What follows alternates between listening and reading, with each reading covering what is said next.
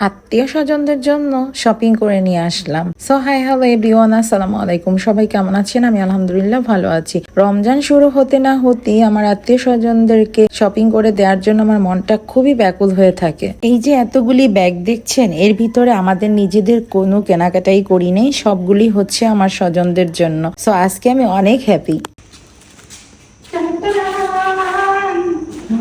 আমি আজকে শপিং করে নিয়ে আসছি। দেখেন কত কিছু শপিং করেছি।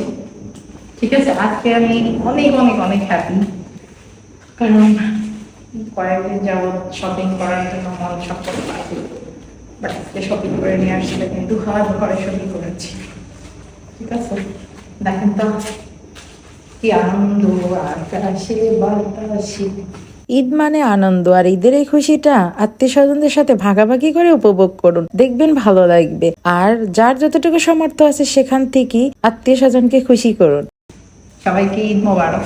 আল্লাহ হাফেজ।